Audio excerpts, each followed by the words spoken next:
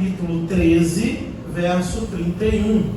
A última exposição que fiz aqui foi João 13, 21 ao 30. E falamos, né, do traidor Judas.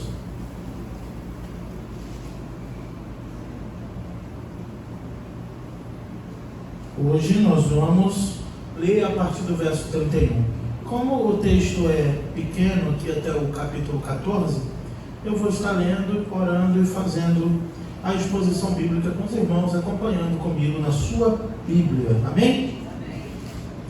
Depois que ele saiu, Jesus disse: agora o Filho do Homem é glorificado, e Deus é glorificado nele. E se Deus é glorificado nele, também Deus o glorificará em si mesmo, e logo o glorificará. Filhinhos, estarei convosco apenas mais um pouco. Vós me procureis. E como eu disse aos judeus, também vos digo agora: para onde eu vou, não podeis ir. Eu vos dou um novo mandamento, que vos ameis uns aos outros, assim como eu vos amei, que também, vós ameis uns aos outros. Olha o 35, que importante, irmãos. Nisto todos saberão que sois meus discípulos, se vos amardes uns aos outros. Então Simão Pedro lhe perguntou: Senhor, para onde vais? E Jesus respondeu: para onde eu vou, não podeis seguir-me agora, mais tarde, porém, me seguirás. E Pedro lhe disse: Senhor, por que eu não posso seguir-te agora? Eu darei a minha vida por ti. Em verdade, eu darei a minha vida por ti. E Jesus respondeu: em verdade... Perdão, irmãos, vou ler de novo 37 e 38, eu me confundi aqui. Pedro disse: Senhor, por que não posso seguir-te agora? Eu darei a minha vida por ti. E o 38, Jesus respondeu: darás a vida por mim? Em verdade vos digo, antes que o galo cante, tu me negarás 3 vezes. Senhor Deus, eterno Pai, como foi bom, ó Deus, te adorar aqui neste momento, cantar glórias ao teu nome. Nós que somos imperfeitos conseguimos, ó Pai, sentir uma satisfação em te adorar. Imagine quando o Senhor nos transformar em um corpo incorruptível em um corpo de glória. Será o nosso prazer eterno dizer que santo, santo é o Senhor dos exércitos, e toda a terra está cheia da tua glória.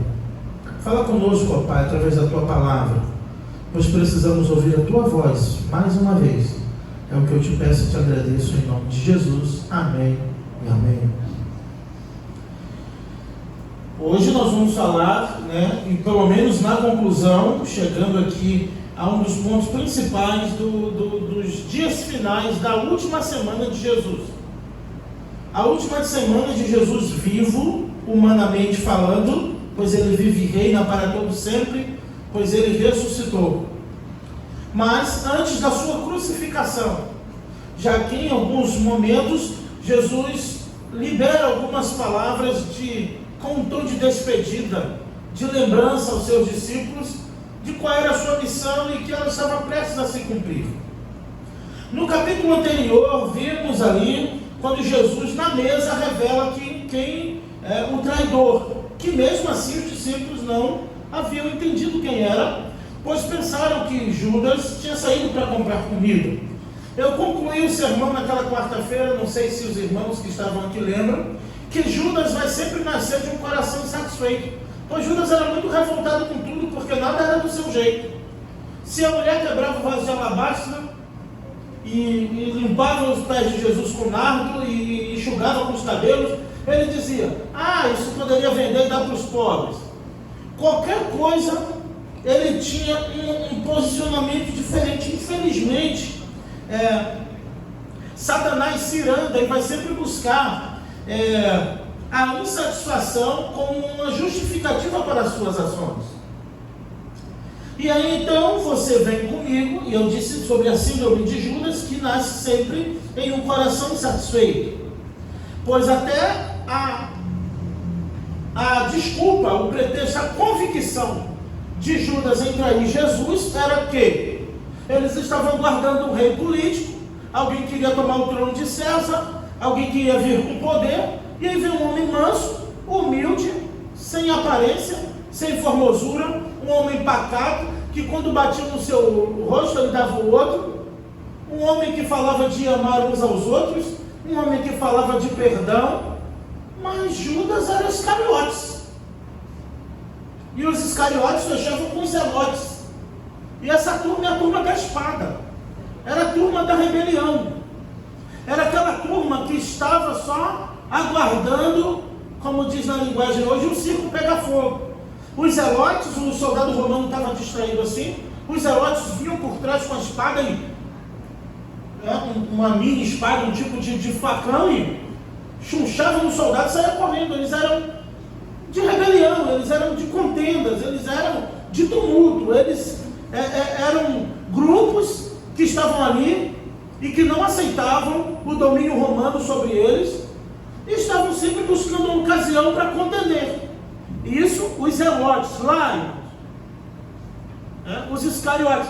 Ou vocês pensam que quando Pedro, eu já falei sobre isso, quando corta, vamos chegar lá na orelha de Malco. Quando Pedro corta a orelha do soldado, você pensa que foi como Isaac, que ele pegou assim, licença, Malco, puxou assim a pontinha e cortou a orelha. Pedro chamou na facãozada para cortar, foi a cabeça de Malco. Ele que deve ter se esquivado e decepou sua orelha. Mas no mínimo, Pedro lançou a sua espada com força em Malco. Então ele se esquivou e decapitou, ele cortou sua orelha. E Jesus põe no lugar. Por que Jesus põe no lugar a orelha? Porque quis fazer um milagre para Malco? Não, ele feriu um soldado romano. Se aquele homem volta com a orelha cortada, o negócio não ia ser só um crucificado. Então, a teimosia do homem é tanta que tenta a todo momento atrapalhar a agir de Deus, só não atrapalha porque Deus é soberano. Porque Pedro era outro inconsequente nesse ponto aqui, né? Até aqui, nós sabemos até aqui que Pedro não era convertido, ele veio saber depois, porque Jesus quem disse, quando tu te converteres, fortalece teus irmãos, e a conversão de Pedro se dá, é aquele batizado. Pedro era membro da igreja de Jesus, batizado, mas que não tinha nascido de novo ainda. Eu creio que nesses 5 anos aqui de ministério, a palavra pregada, algumas vidas batizadas já nasceram de novo. Só que ninguém precisa saber disso, fica só entre você e Deus, mas tu sabe, se tu se converteu mesmo de verdade e nasceu de novo. Tu, que eu digo, ouvinte, não é vocês. Então você pode observar o seguinte, que Pedro, se ele corta a orelha de Malco ali, e fica por isso mesmo, agora captura para matar a todos, e também, de repente, crucificar a todos, iria tirar a glória de Deus, porque só Cristo que era para morrer por todos. Então Deus não permitiu Jesus. Pedro, se eu quisesse eu não invocaria meu Pai. Sabe por quê? Hoje o tema é Pedro. Eu vou falar um pouco aqui da biografia de Pedro. Sabe por quê? Porque Pedro, quando era para estar orando, estava reclamando. Quando era para estar orando, estava murmurando. Quando era para estar orando, estava dormindo. E Jesus está dizendo, ora, vocês não podem nem orar uma hora comigo. E normalmente é assim. Todo murmurador, reclamador, ora pouco, Bíblia zero. É porque a mente é vazia. Porque ele não se ocupa nas coisas de Deus. Você já pensou em tomar uma atitude ou fazer alguma coisa, só que aí você foi lá de manhã, de repente, está com um pensamento que, vocês sabem, né, que nós temos a natureza que não é fácil. E aí você pensou em fazer e acontecer, e eu vou falar, e ele vai ver, ou ela vai ver. Só que aí, graças a Deus, tu foi lá e leu a Bíblia naquela manhã. Aí, graças a Deus, tu orou naquela manhã. Graças a Deus alguém mandou um texto bíblico para você naquela manhã. Aquilo te quebranta de uma tal maneira que tu fala, sabe, eu vou ficar no prejuízo dessa vez, só dessa vez. Vou deixar passar, só dessa vez. Porque você orou, porque você leu a Bíblia, porque você buscou a Deus, mesmo que não sobre aquela situação, mas aquilo vai te abrandando, vai te amansando, vai te quebrantando. A vida devocional do homem, a vida de oração, a vida de busca, vai abrandando, vai quebrantando, vai trabalhando de uma maneira maravilhosa. E Pedro era afoito por isso, porque Pedro orava pouco, Pedro não gostava de orar, Pedro gostava de ficar fazendo perguntas toda hora. E aí Jesus já falou logo, ó, Satanás já percebeu que tu não é firme, Mateus 16, já sabe que tu não é crente coisa nenhuma, porque o mundo pode não saber, mas tem dois que sabem se você é ou não, Deus e o diabo. Esses têm certeza. O pastor até o diabo sabe se tu é salvo ou não, se tu é crente ou não, o diabo sabe, porque ele veio logo, deixa eu peneirar Pedro. Jesus, eu já falei isso várias vezes, mas eu estou falando de Pedro de novo, lá vai. Não, deixa Pedro quieto. Pai, ele roga. Jesus não fala assim, ó, eu orei, ele rogou, ele intercedeu, ele suplicou a Deus, Pai, não deixa não, Pai, porque se Satanás tocar em Pedro, não vai sobrar nada. Jó é Jó, Pedro é Pedro. Jó é Jó, Pedro é Pedro. João faz algo interessante aqui que você vai observar comigo, e nós vamos aqui cada versículo de forma dinâmica, mas você vai observar. Eu queria entender porque João relata depois que ele saiu.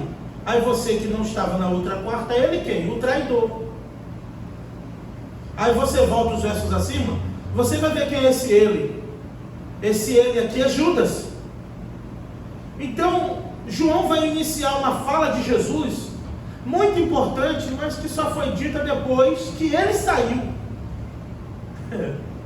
Até disse Jesus. Não está assim? Repara comigo. Primeiro, depois dele ter o 30, vem no 30 comigo, para você ver que eu estou fazendo aqui a exposição clara para você. Se no 30 ele já disse que Judas saiu logo, por que no 31 ele fala depois que ele saiu? Por que ele dá ênfase a isso? Olha no 30, e Judas, tendo recebido um pedaço de pão, comeu, ele saiu e era noite. Pronto. Ele poderia aqui iniciar o diálogo, não é verdade? Mas ele fala assim, ó, e depois que ele saiu. É porque tem coisa que pode ser dita até na presença de Pedro, mas não pode ser dito na presença de Judas. Pegou? Na Pentecostal o povo já ia dar glória nisso. Glória a Deus. Mas nós somos batistas, mas o Espírito Santo é dos batistas também, né? Eu dou glória a Deus. Tem coisas que Pedro, mesmo vacilando, pode até saber, mas Judas não. Tem que esperar Judas sair. É isso que João está querendo dizer para nós.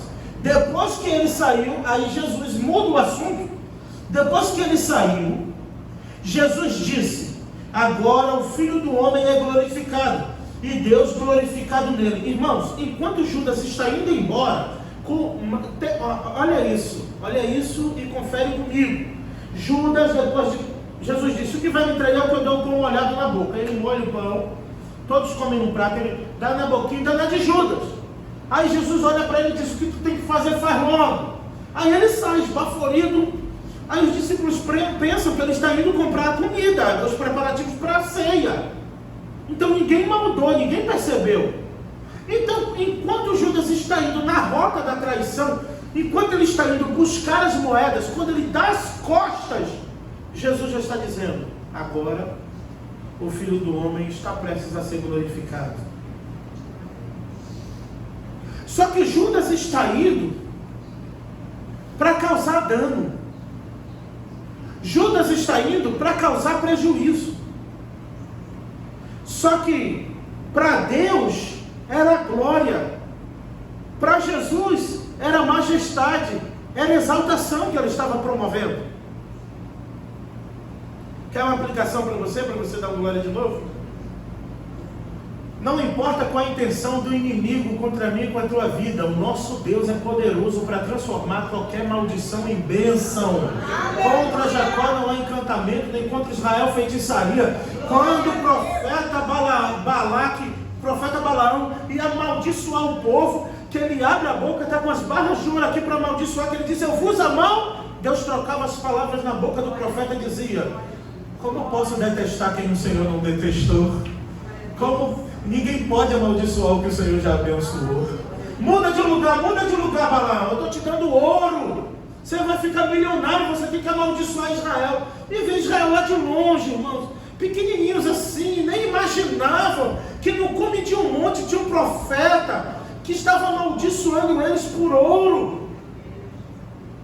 E Deus transformando maldição em bênçãos enquanto eles estavam andando reclamando. Nesse ínter, enquanto Balaque está com Balaão no monte, amaldiçoando Israel, e Deus mudando a maldição em bênção, embaixo tem um povo que está murmurando aqui com Moisés.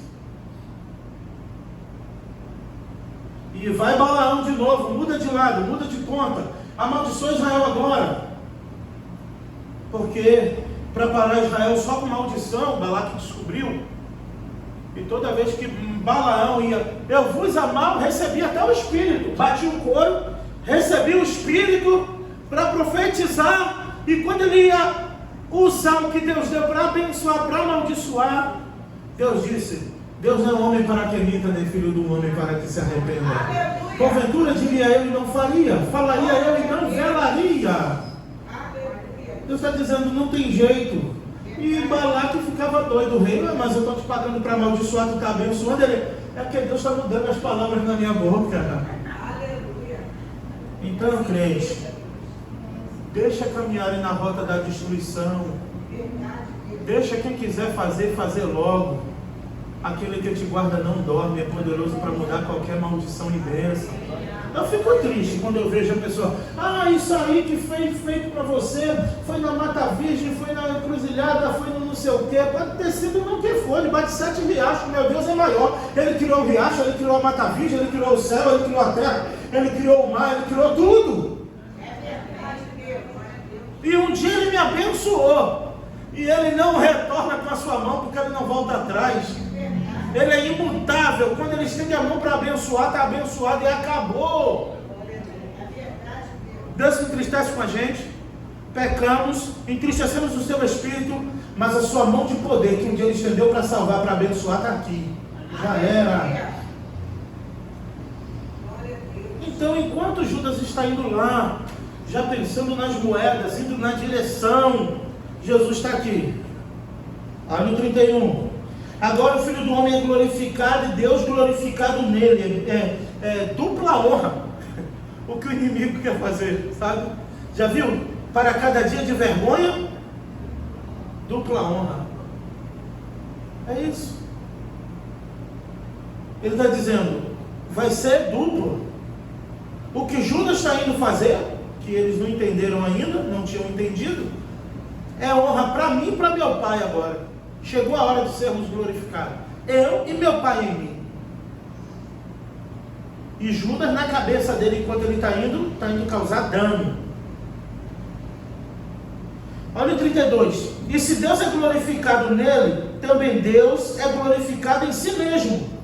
E logo o glorificará. Jesus está se referindo à sua morte na cruz. Ele está se referindo aqui a essa glória. Não é riqueza. Não é prosperidade, não é sobre saúde, é sobre morte, é sobre renúncia, é sobre sangue, é sobre humilhação, é sobre sofrimento e sobre morte. Então Jesus, aqui no 33, com um tom bem carinhoso, e você percebe que é um tom de despedida mesmo, que ele diz, filhinhos, estarei convosco apenas mais um pouco.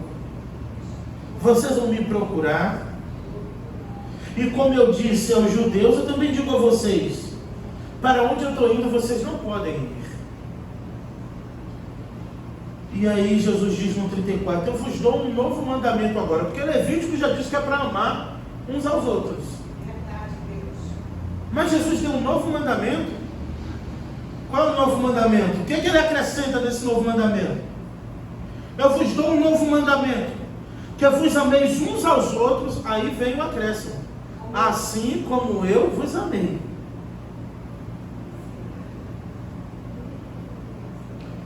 No antigo diz, amarás o teu próximo. Jesus deixa o negócio, não sei porque pensaram que Jesus veio para abolir a lei, porque Jesus veio complicar ainda mais. Porque ele diz, amarás o teu próximo como a ti mesmo, é Levíticos. Mas ele diz, amai-vos uns aos outros, assim como eu vos amei. Aí que pesa, amar como Jesus amou.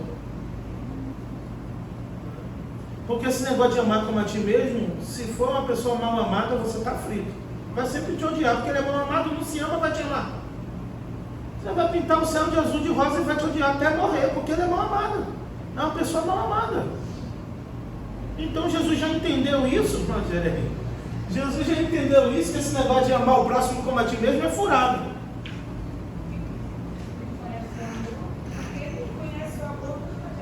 Quem não conhece o amor não pode amar, que coisa linda. Então, já é um mandamento bíblico. Jesus não mudou. Amarás o teu Deus sobre todas as coisas. Perguntaram a Jesus qual era o maior dos mandamentos. E ele disse, amarás o teu próximo como a ti mesmo. Se você conseguir fazer essas coisas, essas duas, cumprir esses dois, você já cumpriu toda a Bíblia, a lei e os profetas.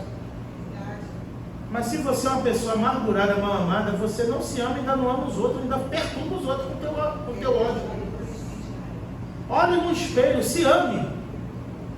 Mas não se ame muito não, para não virar narcisista.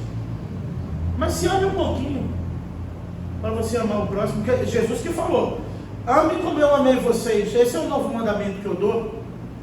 E o novo mandamento que Jesus dá é para amar como ele amou. E ele amou até o fim. Os amou até o fim. Você não lembra que até o Judas, a gente vai chegar lá, ele pega e diz o quê? Amigo, tu me traíste como? Judas beijou, mas nunca amou. Jesus nunca beijou um discípulo e sempre amou.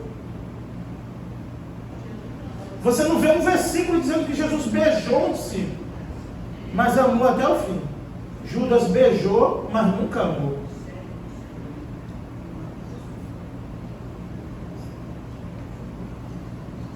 Augusto dos Anjos, um grande na literatura, diz que a mesma mão que afaga é a mesma que apedreja. Verdade. E a mesma boca que te beija é a mesma que te escarra. Verdade, Deus. Isso foi na aula de português, na 4ª, 5ª série. Nunca esqueci.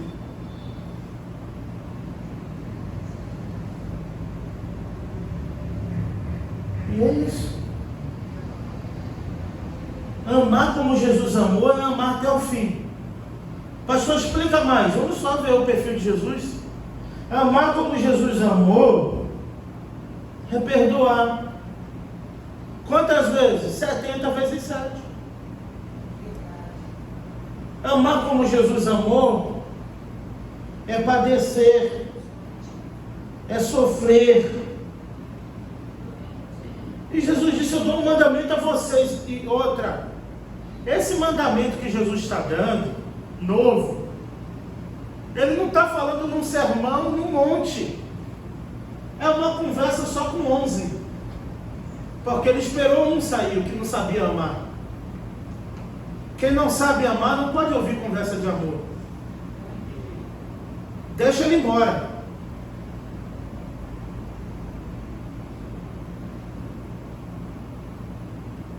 Às vezes você quer puxar quem está com um bocado de pão molhado na boca. Deixa.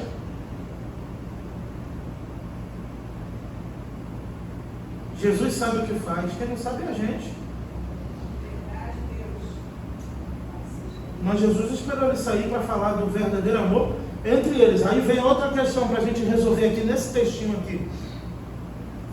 Mas por que Jesus falou isso para os 11? Quem pode só falar assim, por quê? Rápido, não é?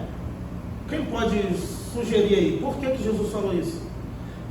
Eu não vou dar nem tempo para vocês responderem. Sabe o que era? É porque toda hora esses 11, viu, Marinete? Toda hora esses 11 estavam brigando um com o outro quem era o maior.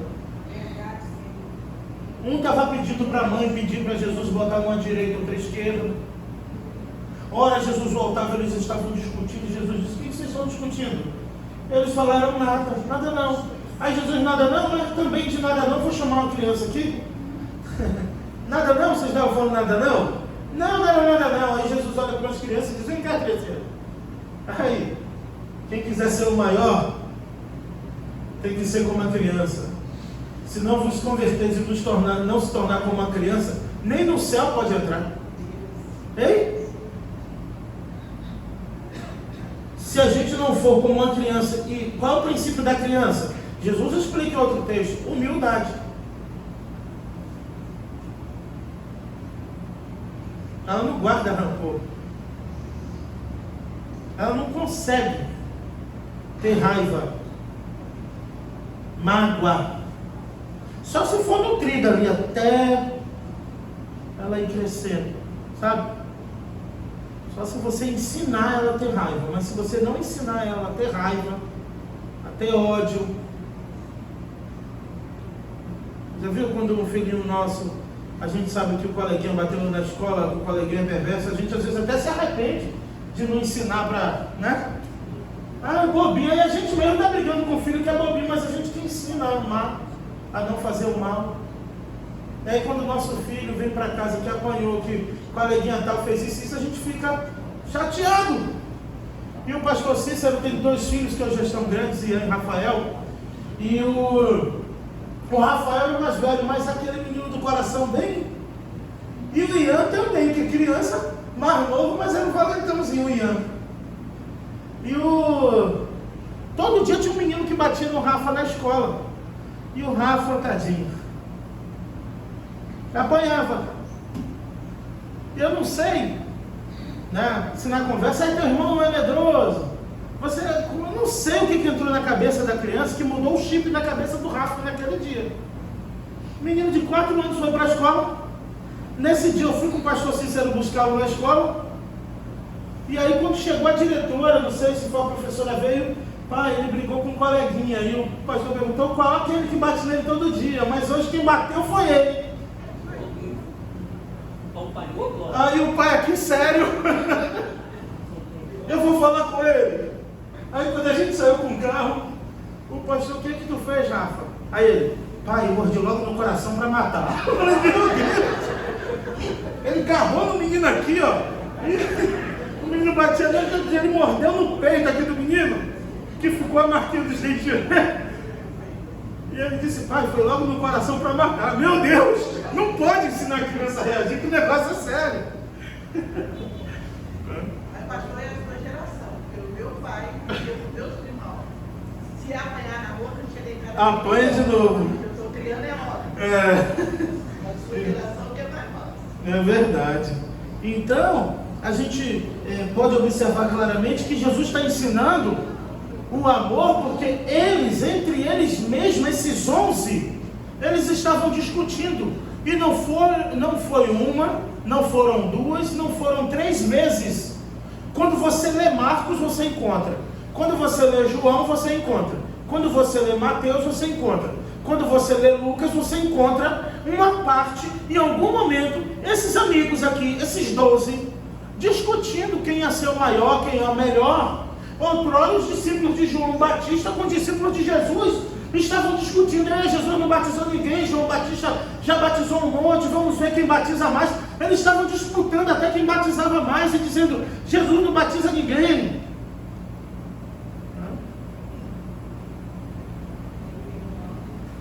Isso era constante. Então Jesus está dizendo assim, viu, Daniel? Eu sei que depois que eu sair daqui, a chapa vai esquentar entre vocês. Então, amem uns aos outros como eu vos amei primeiro.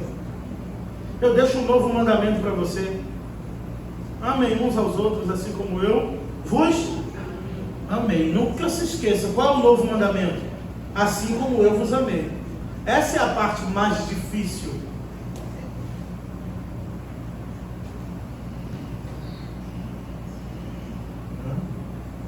Sabe por que é a parte mais difícil? Porque o orgulho é como nossos olhos. Nós vemos através dele, mas não vemos ele, não é verdade? Você vê através dos seus olhos, mas você não consegue ver seu olho. O orgulho é assim, é como se fossem os nossos olhos. Conseguimos ver com óculos, com um olhar orgulhoso, mas não conseguimos ver o orgulho. A menos que nos olhemos no espelho. Aí a gente não encontra. Então Jesus sabia disso e fala, amem, amem.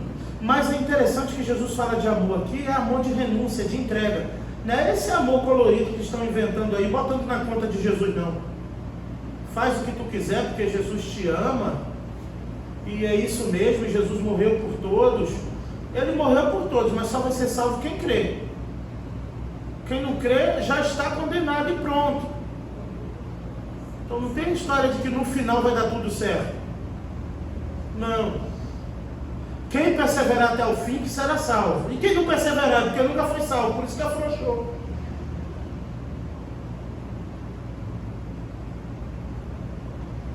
Aí é sobre isso que Jesus está dizendo. O amor de Jesus é um amor sacrificial. É um amor que morre. Não é o amor que mata. O amor de hoje é o amor que mata. O amor de Jesus é o amor que morre. Não é o amor que mata. Inverteram as coisas. Estão enganando você. E de repente você está gostando de ser enganado com essa história de amor. Porque o amor de Deus foi amar o mundo de tal maneira para dar o seu filho para ser cuspido, maltratado, humilhado naquela cruz. Esse foi o amor de Deus. E a gente não aceita que falem mais do nosso filho.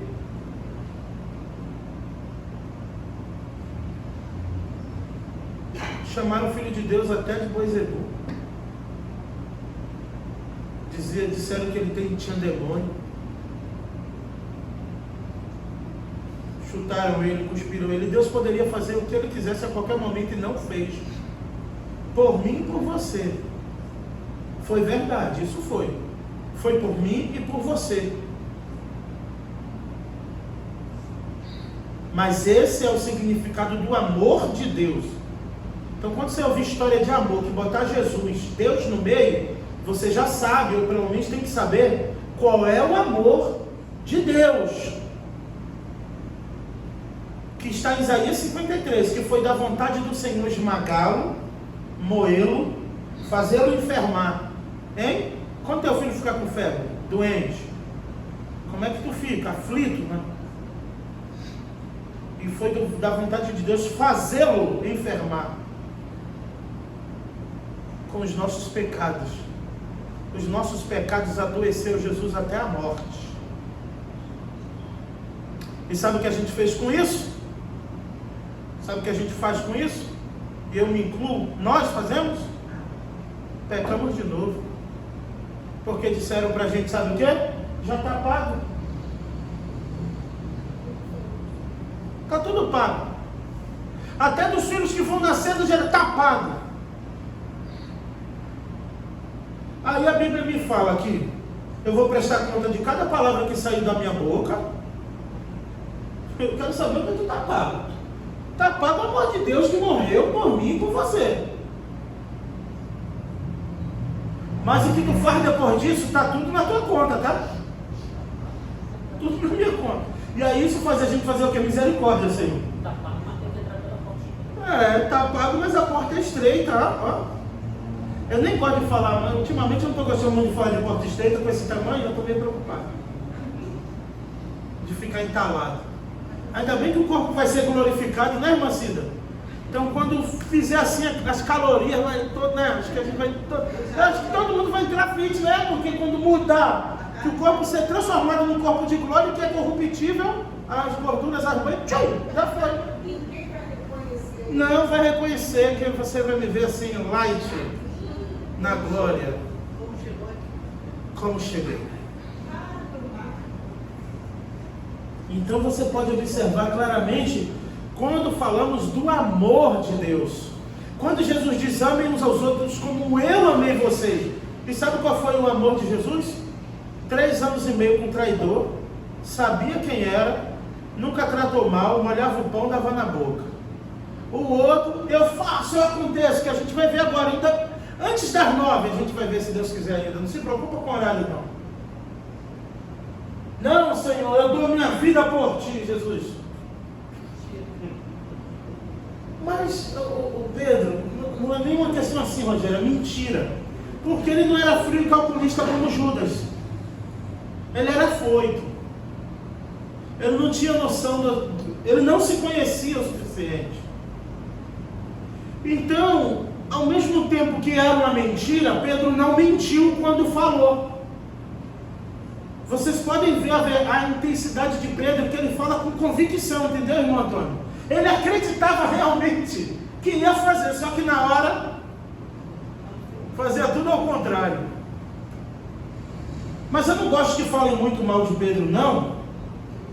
Primeiro que temos 2 cartas maravilhosas inspiradas por Deus na Bíblia sobre Pedro. Segundo que de todos ele foi o único que saiu do barco e pisou na água. Então quando eu vejo alguém dizer, Pedro afundou, e tu ia fazer o quê? Nem ia sair do barco. E Tiago, Pedro, Tiago e João, fizeram o quê? Só Pedro foi, eu vou. Afundou, mas foi. Ele pode dizer, você afundou, mas deu 2 passos. E você que não deu nenhum? Ficou no barco com medo.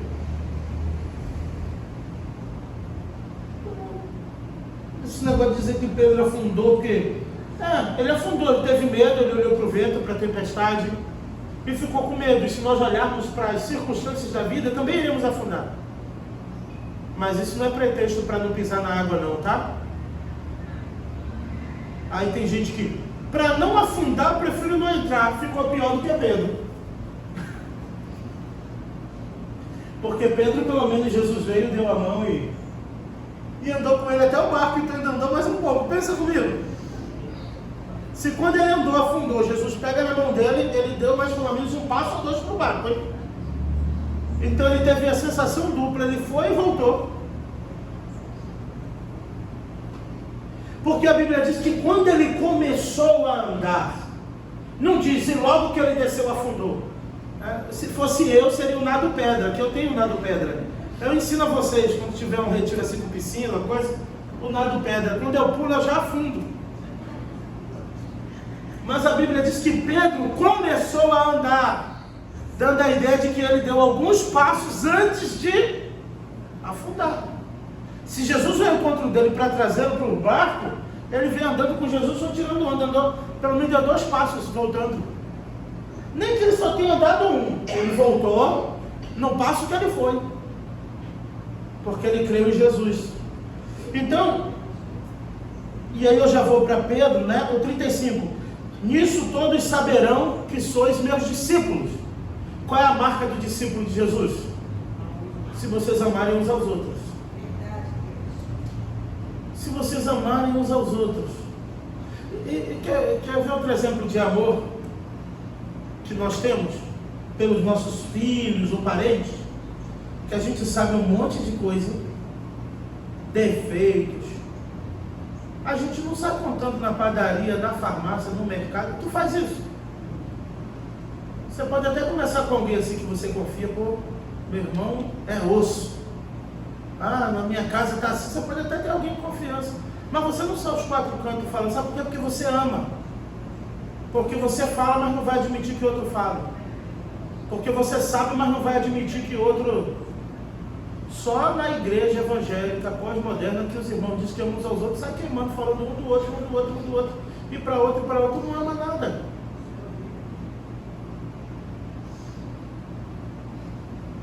Uma vez eu ouvi, e recente, né? Se você ouvir alguém falar mal da tua mulher, qual vai ser a tua reação? Vai gostar? Imagina Jesus ouvindo falar da sua noiva.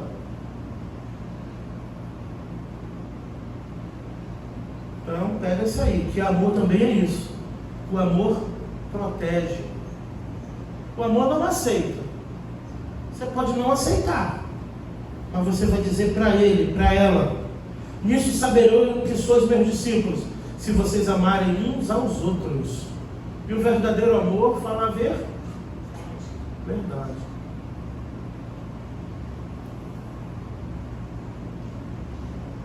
Amar uns aos outros é o maior sinal de que somos discípulos de Jesus. Porque amar um ao outro é renunciar, é deixar de fazer, ou ir além. Existem tantas coisas que podemos descrever sobre o amor de Jesus, que é só olhar o que ele fez, ver se a gente consegue fazer a metade de tudo isso. Então, todos saberão que somos discípulos de Jesus, sabe quando? Quando amarmos uns aos outros. A Bíblia é quem diz que o amor encobre uma multidão de pecados. Encobre é a ideia de compensa, de ajuda, não é de esconder o pecado, encobrir no sentido de ocultar. Mas o amor verdadeiro, ele pode superar uma boa quantidade de pecados. Ele pode perdoar, encobrir, ele pode alcançar, ele pode uma boa quantidade de falhas e erros. Não é essa parceria. Tu peca, eu não peco. Tu vai, eu não vou, mas tu me conta tudo como foi. Tu peca, eu não peco, mas tu me conta como é esse negócio, que eu gosto de ouvir. Não, isso não é amor. É qualquer coisa, menos amor. Saberão que somos discípulos de Jesus quando amarmos uns aos outros. Então, quando você vê alguém falar mal da igreja de Jesus, da noiva de Jesus como igreja, e quando você ouvir alguém falar mal da igreja que você congrega,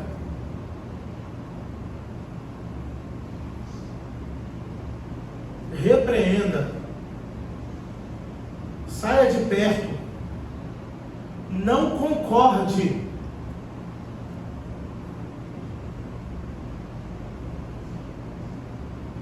Porque você ama os irmãos.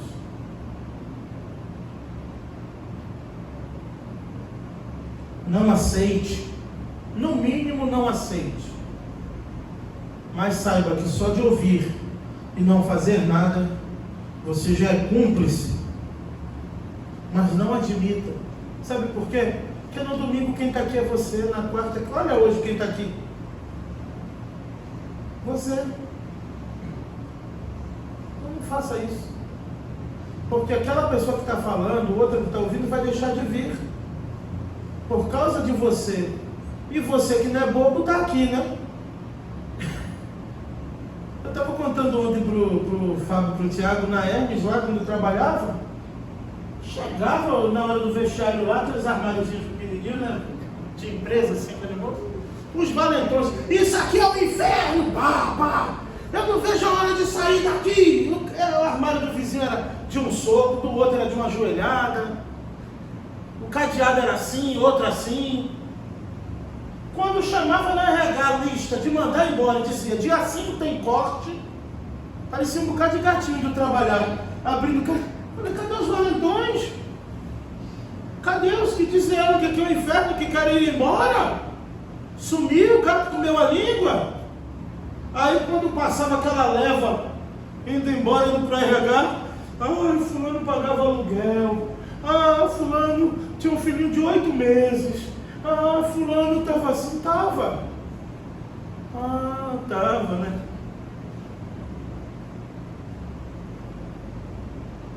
Então não admita, porque você faz parte, porque você diz que faz parte, porque você diz que é.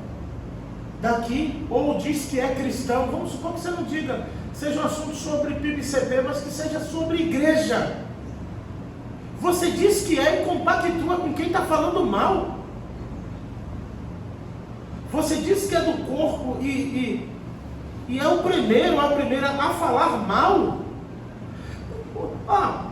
Eu vou te dar uma lista para tu falar mal. Começa pelo diabo, na terça parte dos anjos, que tem demônios que não falta para falar mal.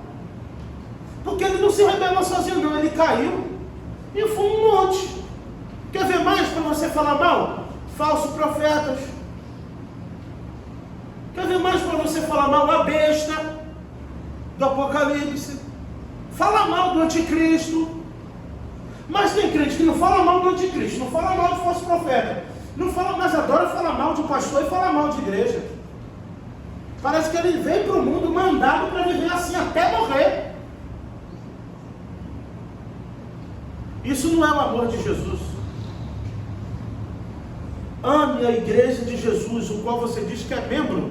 E eu não estou dizendo igreja local, tá? Eu estou dizendo igreja universal. A igreja de Cristo, não é do reino de Deus.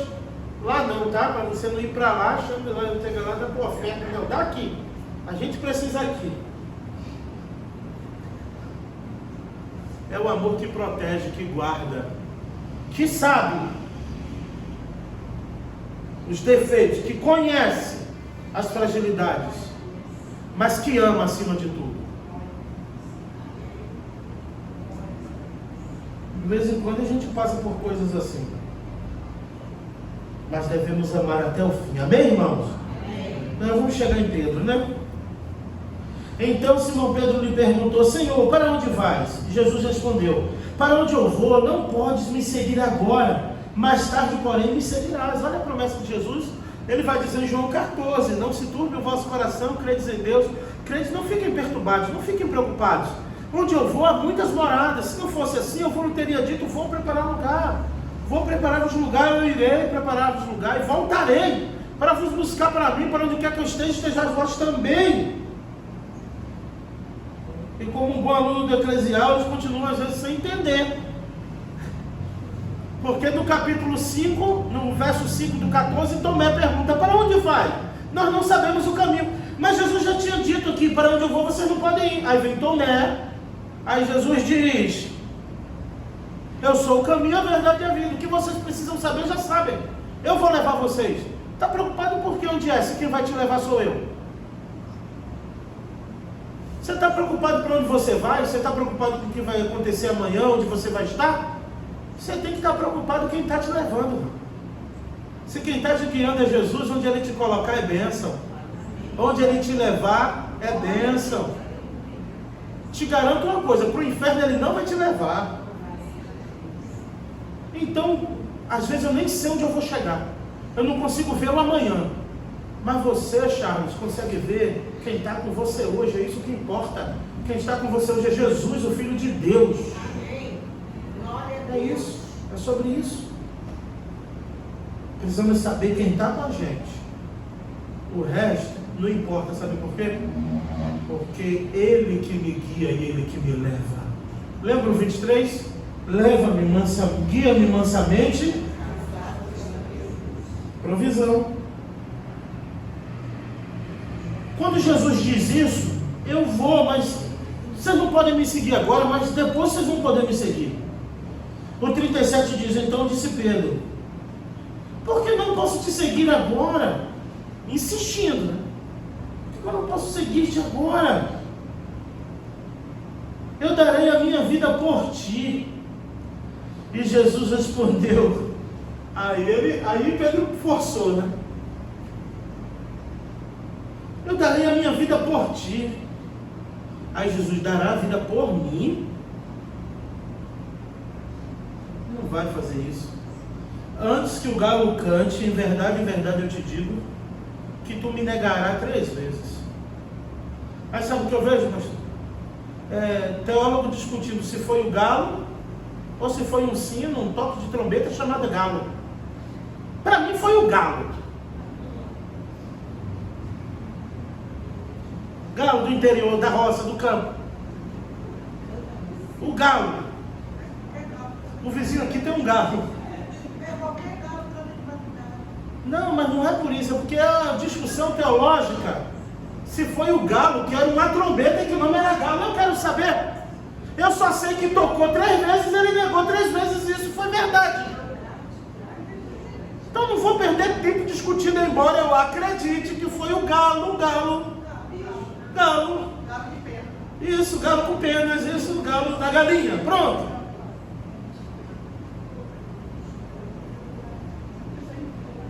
E o mais importante de tudo é que se cumpriu o que Jesus disse. E aqui em Pedro, né, mais à frente, vamos ver porque quando Jesus disse, antes que o galo cante, quer dizer, na última vez o galo canta. Só que, quando o galo canta a última vez, que Pedro nega, vocês sabem como é que Pedro negou? Vocês lembram? Ele se escondeu, acharam ele no meio do povo, e ele está aflito, com medo, o valentão com medo de morrer. Cortou a orelha de mal, como estava com medo. Mas quando pegaram Jesus, o homem ficou com medo. Já viu? Pedro é o tamo junto de hoje, né? Tamo junto! Minha vida pela tua! Vai! Já ouvi o galo cantar várias vezes.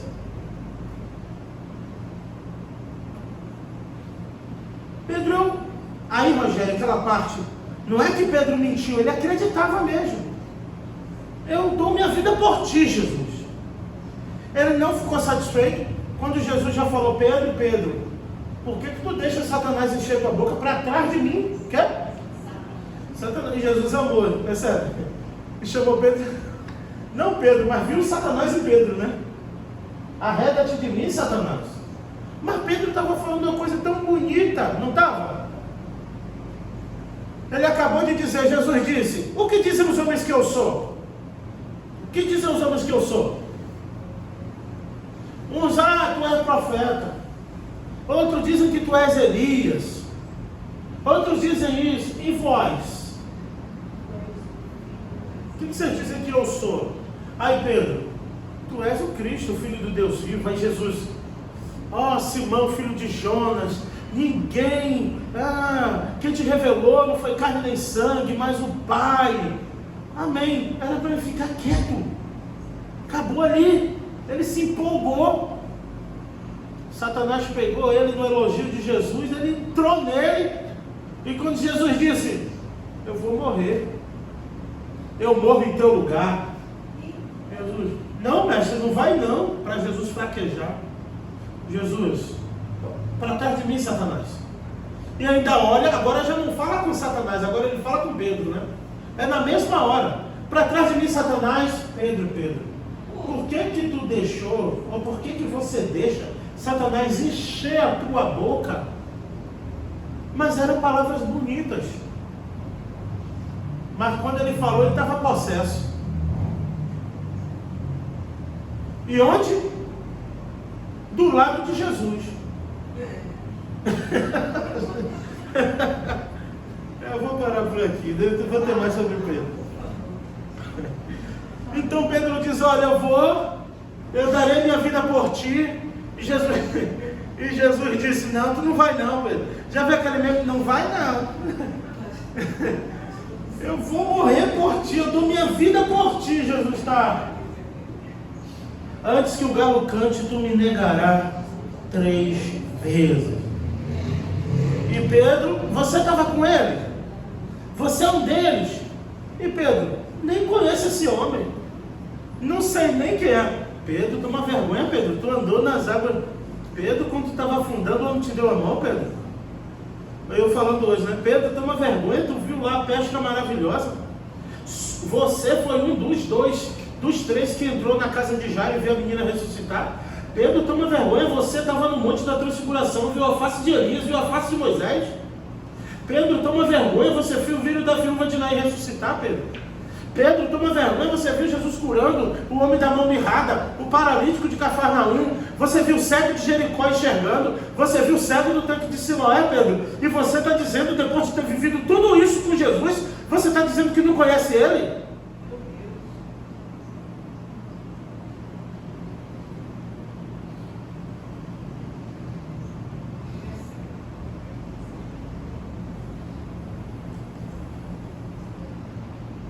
A segunda vez Pedro xinga em aramaico.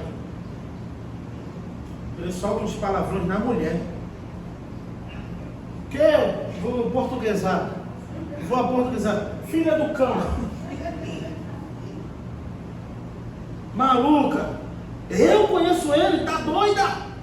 E o abençoado, para não dizer, como diz na Bahia, o desgramado, sabia que ele estava mentindo ali e espraguejando a mulher.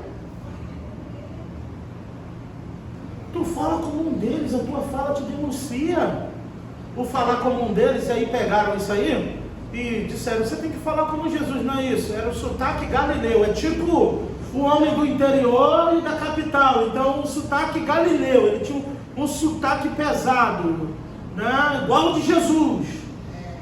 Entendeu? Agora, quando diz tu fala como um deles, aí fala, olha, você tem que falar como Jesus. Está falando do sotaque. Por isso que eu vou estudar. E na última, para a gente encurtar aqui, vamos ainda chegar nesse dia, mas eu vou avisar antes. Não se preocupa não.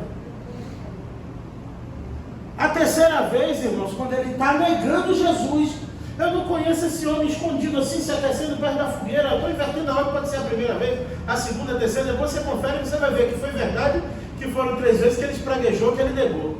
Na terceira, enquanto ele está falando, o filme do Mel Gibson mostra essa parte que, né, no filme Paixão de Cristo do Mel Gibson, aquela parte ali, só de ver a cena, você fala assim, meu Deus, imagina... Na hora ele negando, eu não conheço, eu não vi esse homem, não sei o quê. Está o filho do homem passando assim, ó, olhando para ele, e o galo cantando lá no fundo. Trombeta ou ave? Ave. O galo cantando. Naquela hora, a angústia, o remorso entra no coração de Pedro. E depois a gente vai ver mais na frente. Eu resumo e aprendo o que não fazer com Pedro e com Judas. Eu aprendo que a minha insatisfação não pode mudar os planos de Deus. Eu aprendo isso com Judas. A minha murmuração e a minha insatisfação não muda os desígnios de Deus. E toda vez que eu tentar fazer prevalecer a minha vontade, ainda assim eu estou sendo usado para promover a glória de Deus, e você é punido por tentar promover a minha vontade. É assim a soberania de Deus. É por isso que os homens não gostam da soberania de Deus, porque ele não tem como escapar. Ele corre para lá, Deus está ali. Ele vem para cá, Deus está aqui. Ele vem para cá, você quer fazer prevalecer a sua vontade, ela não vai ser feita. A vontade de Deus vai ser vencida e você vai ser punido por querer a tua vontade. É assim, com Deus é assim, não adianta. Não sai sem pagar. Ponto. Isso eu aprendo com Judas. Que até o ato de traição dele foi para se cumprir as escrituras. E ele nem sabia disso. Mas Jeremias já havia comprado um terreno. Já tinha as moedas. Já tinha um terreno. Tudo na profecia. Ou nas profecias. Ponto.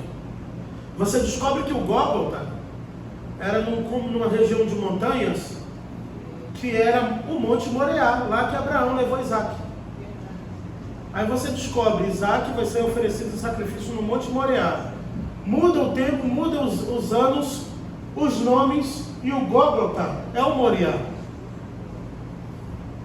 Agora quem oferece não é Abraão, quem oferece é Deus e seu filho.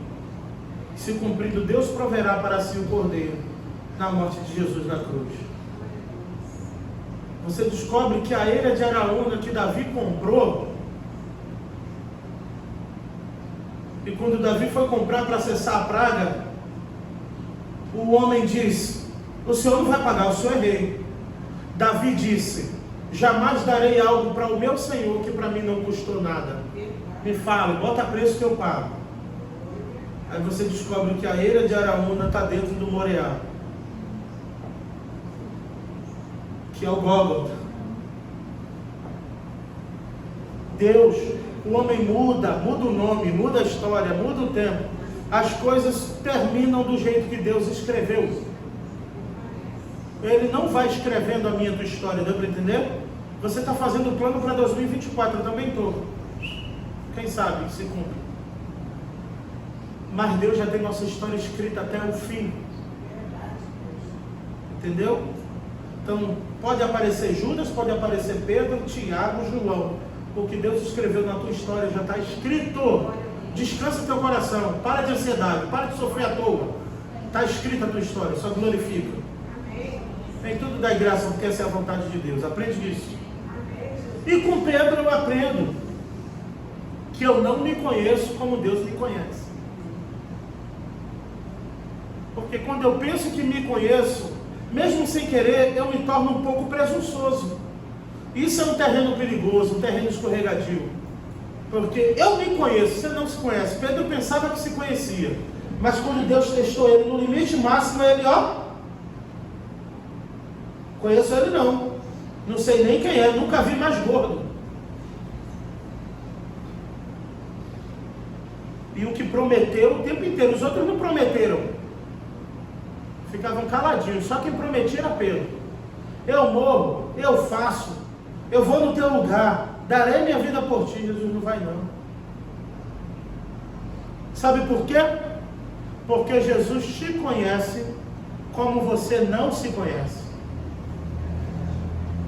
Porque Jesus te conhece mais do que você, porque Jesus me conhece mais do que a mim, é que eu devo orar e pedir misericórdia, pedir ajuda, pedir auxílio, porque Ele sabe do que eu sou capaz de fazer, sobre o que eu nem penso e cogito em praticar. E a nossa presunção de jamais eu farei isso, eu nunca farei isso. Aí depois você só escuta o galo cantando, dizendo: eu fiz. Então, aprendemos com Pedro a não sermos presunçosos. Aprendemos com Jesus, na verdade, a não sermos presunçosos. Faça as suas orações, coloque seus planos diante do Senhor, porque nem você se conhece o suficiente. Mas Jesus conhece você, Ele nos conhece. Que o Senhor nos ajude, que o Senhor nos, como o Emerson falou aqui, continue com a sua forte mão sobre a minha e a tua vida. Porque Jesus quem disse que aquele que o Pai colocou em minhas mãos, aqueles que o Pai me deu, não há ninguém que possa. Amém. Eu creio que você está nas mãos de Jesus. Você crê? Eu creio. Se nós cremos que estamos, ninguém vai poder tirar. Amém? Obrigado, Senhor, pela tua palavra. Abençoe o teu povo.